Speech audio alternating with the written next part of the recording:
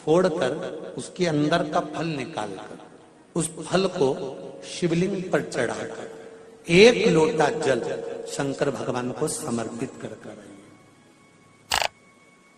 दिन होना चाहिए मंगलवार। कौन सा दिन होना चाहिए? जम के बोलो जरा, मंगलवार। समर्पित करो।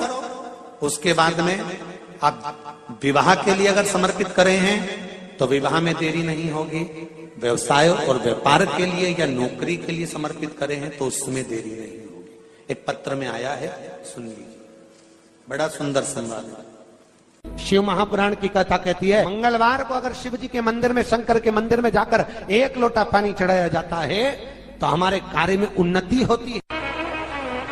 हाथ में जल का पात्र हो, शंकर के मंदिर में जब तुम जा रहे हो, शिव के पास जब पहुंचो, जल से हाथ, जो लोटा जब जल का तुम बाबा को समर्पित कर रहे हो, जल चढ़ा रहे हो, उस समय पर बाबा से जरूर कहो, बाबा बहुत दिन हो गए, बहुत दुखी हूं। ए मेरे शंकर, मेरे कुबेरेश्वर महादेव, मेरे महाकाल राजा, मेरे इस हाथ को अब तुम पकड़ लो बाबा, बहुत दुखी हूं, अब तुम थाम लो बाबा।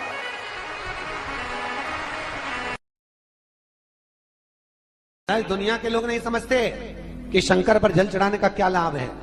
शिव महापुराण कहती है, अगर एक दिन, शिव महापुराण की कथा कहती है, मंगलवार को अगर शिव जी के मंदिर में, शंकर के मंदिर में जाकर 1 लोटा पानी चढ़ाया जाता है तो हमारे कार्य में उन्नति होती है। कोई व्यापार नहीं चलता हो, दिक्कत आ रही हो तो हनुमान जी के दूसरे नंबर का भाई गतिमान का स्मरण करो। हनुमान जी के उल्टे पांव का सिंदूर लाकर गतिमान का नाम लेकर स्वस्तिक बना दिया जाए व्यापार वाली जगह पर, तो व्यापार अच्छा चलने लगता है महाराज। कोई व्यक्ति पैसा खा गया, नहीं दे रहा, बहुत परेशान हो गए, मांग मांग कर दे गए, नहीं दे रहा, हाथ जोड़ लिए, पांव जोड़ लिए, सब कुछ कर लिया, नहीं दे रहा, तो हनुमान जी के तीसरे नंबर का भाई रतिमान, रतिमान, गतिमान रतिमान, रतिमान का नाम लीजिए। पीपल के पत्ते पर लाल सिंदूर से जो व्यक्ति पैसा लेकर गया उसका नाम लेकर बहते हुए पानी में अपनी कामना कर रतिमान का नाम लेकर छोड़ दीजिए। 15 दिन में रतिमान ऐसी उतावली मचाता है कि उसको हाथ जोड़कर वो खुद फोन लगाकर बोलता, भैया तेरा मैं पैसा लौटा दूंगा। रतिमान का स्मरण किया जाता है। रतिमान, ध्यान दीजिएगा, हनुमान का एक स्मरण, पंचमुखी हनुमान का एक भाव। महाराज, जैसे बहुत ज्यादा तकलीफ अगर व्यक्ति को हो गई है, बहुत कष्टमय जीवन चल रहा है, हार गए हर जगह से और तकलीफमय जीवन चल रहा है, तो पंचमुखी हनुमान का एक शिव महापुराण का और स्कंद पुराण का एक बड़ा सुंदर मंत्र है। उस मंत्र को आप सब एक बार हमारे साथ में बोलें। ओम नमो हनुमते रुद्र अवताराय सर्व शत्रु संहारणाय सर्व रोग हराय सर्व वशीकरणाय रामदूताय स्वाहा। बस इस मंत्र को हाथ में काली तिल लेकर, एक जौ लेकर और गूगल लेकर, थोड़ा सा उसमें गाय का घी डालकर, कंडे को या अग्नि को जलाकर इस मंत्र का 11 बार 21 बार जाप कर कर अपनी कामना कर कर छोड़ दीजिए। कैसा भी रोग हो, बीमारी हो, कष्ट हो, दुख हो, तकलीफ हो, 21 दिन के अंदर वो आनंद आना प्रारंभ कर देता है। इस मंत्र, स्कंद पुराण का, शिव महापुराण का ये मंत्र मूल पंचमुखी हनुमान सुख देंगे। और एक और चीज याद रखिए महाराज,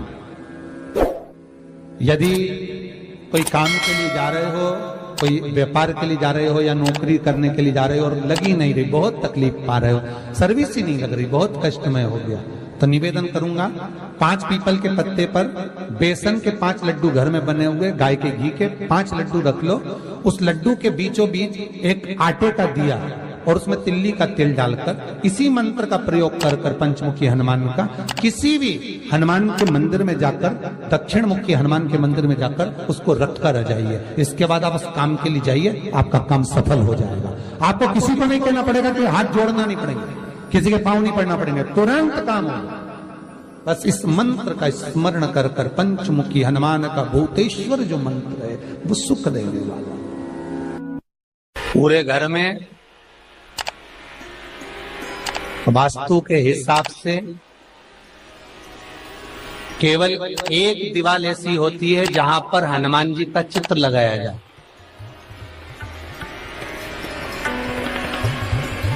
चाहे तुम पर्वत उठाने वाला चित्र लगाओ हनुमान जी का, चाहे बैठे हुए लगाओ, चाहे रामायण पढ़ने वाला लगाओ, चाहे लंका दहन करने वाला लगाओ, चाहे राम नाम जपने वाला लगाओ, चाहे लक्ष्मण को संजीवनी देने वाला लगाओ, चाहे मौन मुद्रा में लगा दो, चाहे स्तुति में लगा दो, चाहे भजन में लगा दो। हनुमान जी का कोई भी चित्र लगता है तो ना पूरब में लगेगा, ना पश्चिम में लगेगा, ना दक्षिण में लगेगा। हनुमान जी का अगर चित्र लगता है तो उत्तर की दीवार में दक्षिण को देखते हुए लगता है, केवल एक ही स्थान।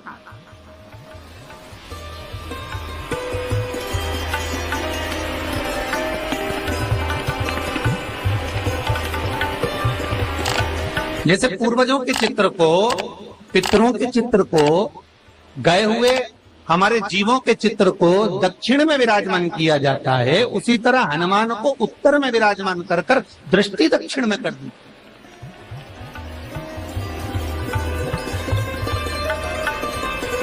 घर में हनुमान जी के जितने फोटो होते हैं उसको केवल दक्षिण दिशा में लगा, उत्तर दिशा में लगा बिठाते थे, और दक्षिण की ओर उनकी दृष्टि होना चाहिए, दक्षिण की ओर उनका मुख होना चाहिए। क्यों महाराज? अगर व्यक्ति के जीवन में कोई बीमारी आने वाली है, व्यक्ति के जीवन में कोई रोग आने वाला है, व्यक्ति के जीवन में अगर कोई कष्ट आने वाला है, व्यक्ति के जीवन में अगर कोई परेशानी आने वाली है, व्यक्ति के जीवन में कोई एक्सीडेंट का योग भी बनने वाला है, तो शास्त्र कहता है वो दिशा दक्षिण से ही बनता है।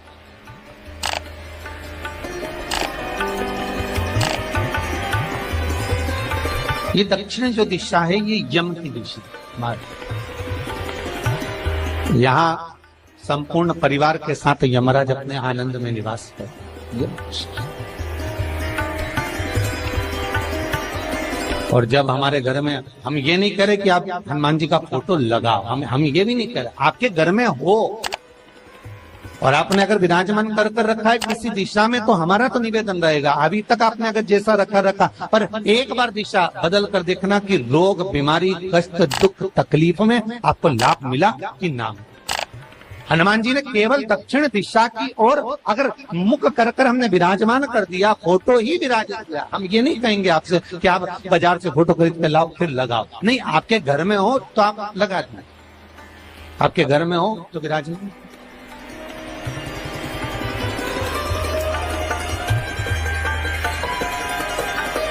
अच्छा, कितनी विपरीतता है वो भी आप जरा जानिएगा महाराज, कि शंकर भगवान के ऊपर जो जल चढ़ाया जाता है उसकी जलाधारी उत्तर में जाती है महाराज। भगवान शिव का जो जल जा रहा है वो उत्तर की ओर जा, और हनुमान जी को उत्तर में विराजमान कर कर मुख दक्षिण की ओर कर। क्यों? प्रबल दिशाओं में उत्तर और दक्षिण महाराज, ये जो दो दिशाएं, इनको साधने के लिए कोई देवता आगे नहीं। अगर इन दिशाओं को कोई साधने वाला है तो केवल एक देवाधिदेव महादेव ही हो सकता। काल का हरण करने वाला वो महाकाल ही हो सकता। शंकर का ही एक अवतार है हनुमान जी महाराज, रुद्र अवतार महाराज। हनुमान जी से कहा तुम दक्षिण की ओर दिशा पर संभालिए, शिव जी कहते हैं मेरा जल जब उत्तर की ओर जाएगा तो इस दिशा को मैं संभालू, चिंता ना करिए। जो स्मरण करने वाला होता है, भजन करने वाला होता है, कीर्तन करने वाला होता है, नाम जाप करने वाला होता है, उसका भी शास्त्र विधान कहता है, उसका भी व्याख्यान वर्णन करता है कि जैसे एक दिशा के रूप में हनुमान जी महाराज को विराजमान कर कर दक्षिण की दिशा पर हम विजय पर, अर्थात रोग पर, बीमारी पर, कष्ट पर, तकलीफ पर हम विजय प्राप्त कर सकते। ऐसा नहीं कि ऐसा कोई रोग नहीं जिसकी दवा नहीं है, पर जब तक भगवान की कृपा नहीं होगी तब तक कोई औषधि मिल सकती नहीं, कुछ प्राप्त नहीं हो सकता। जब भगवान करुणा करते हैं तो आप रूप कुछ ना कुछ सुख की अनुभूति हो जाती है, अपने आप सुख का भान हो जाता है। तो जैसे दक्षिण का जो स्वामी तत्व है, दक्षिण पर जो दृष्टि देने वाला श्री हनुमान जी महाराज है, इसलिए हनुमान जी को उत्तर की दीवार पर विराजमान कर उनका मुख दक्षिण की ओर रखा जाता है। वास्तु शास्त्र के हिसाब से, वास्तु नियमों के हिसाब से सारे फोटो कहीं पर भी लगा सकते हो, पर हनुमान जी का अगर फोटो तुम्हारे घर में है, हनुमान जी अगर तुम्हारे घर में विराजमान है, हनुमान जी का चित्र तुम्हारे घर में विराजमान है, तो उसका मुख दक्षिण का होगा, तो रोग, बीमारी, तकलीफ, कष्ट ये सब दूर हटते। कई लोग प्रश्न करते हैं, गुरुजी आप कहते हो कि हनुमान जी महाराज शंकर भगवान का एक अंश स्वरूप है, एक अंश स्वरूप। पूरी शिव महापुराण की कथा को उठाकर देखिए, स्कंद पुराण को, मत्स्य पुराण को, कूर्म पुराण को उठाकर देखिए। एक बाणासुर का चरित्र और एक श्री हनुमान जी महाराज का चरित्र बहुत सुंदर। शिव का एक अंश माता अंजना के तप साधना से शिव की प्रागट्यता और शंकर भगवान की प्रागट्यता से शंकर का स्वरूप प्रकट हो। इसीलिए तो कहते हैं शंकर सुमन केसरी।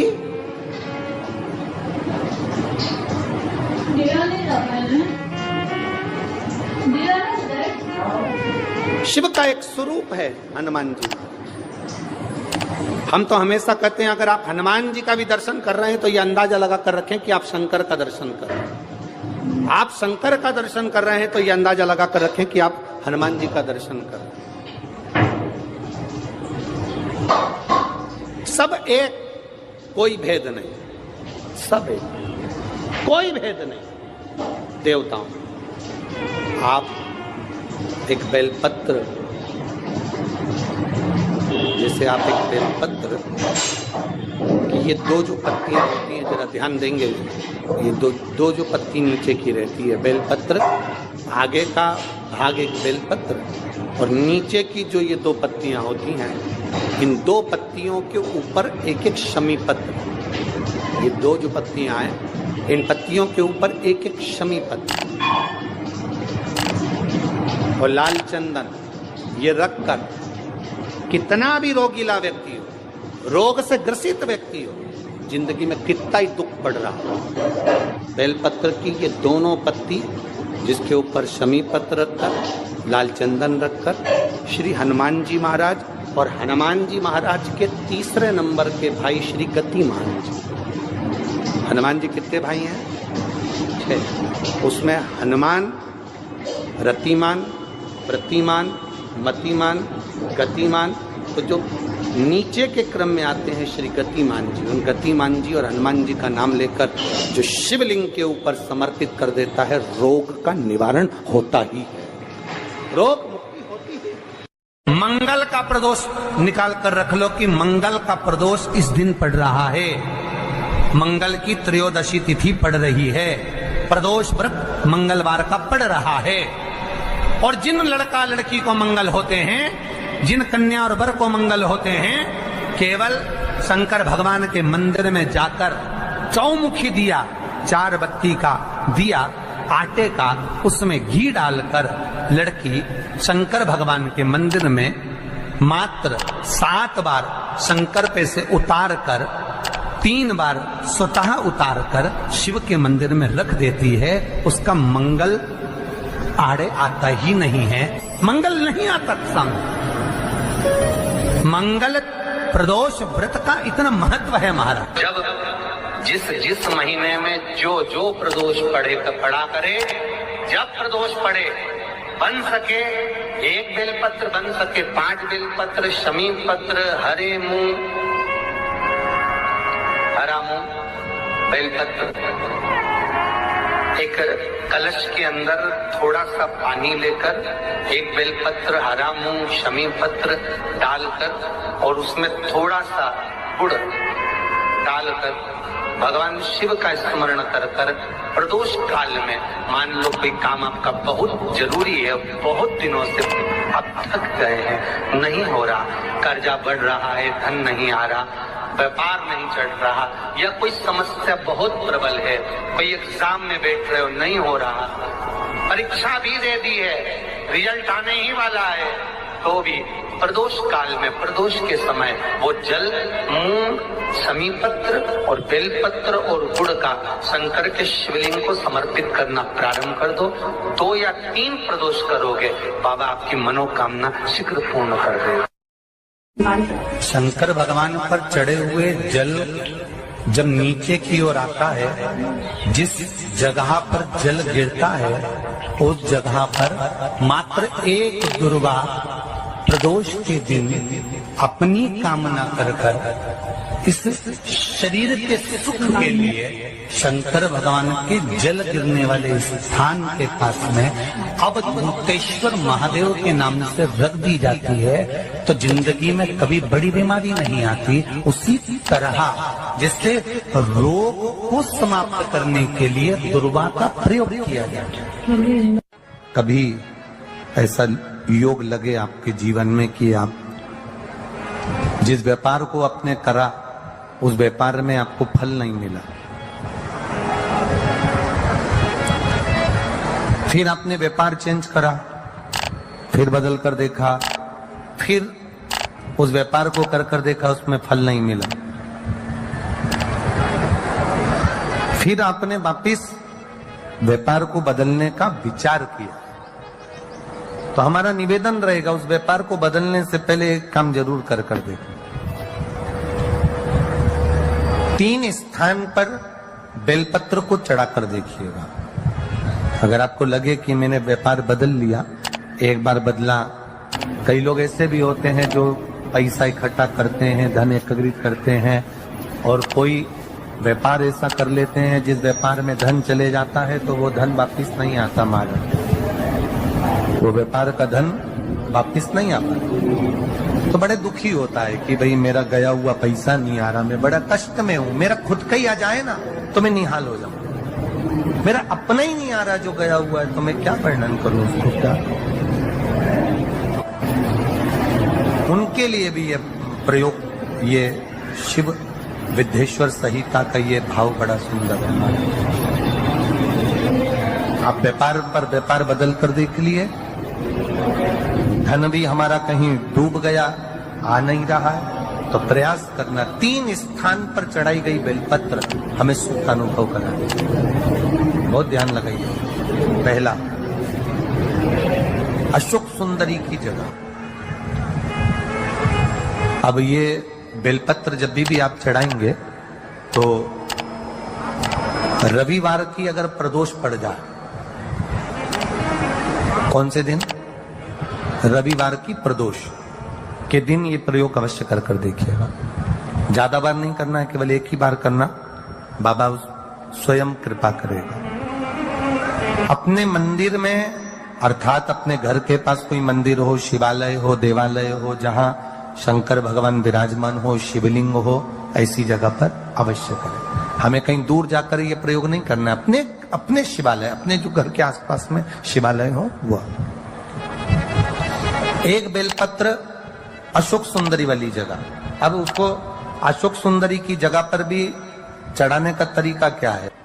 जब हम बेलपत्र चढ़ाएंगे तो उस बेलपत्र को चढ़ाते समय आपकी जो बेलपत्र की डंडी है, वो बेलपत्र, रविवार प्रदोष के दिन का ये उपाय है महाराज, ये बेलपत्र की जो डंडी है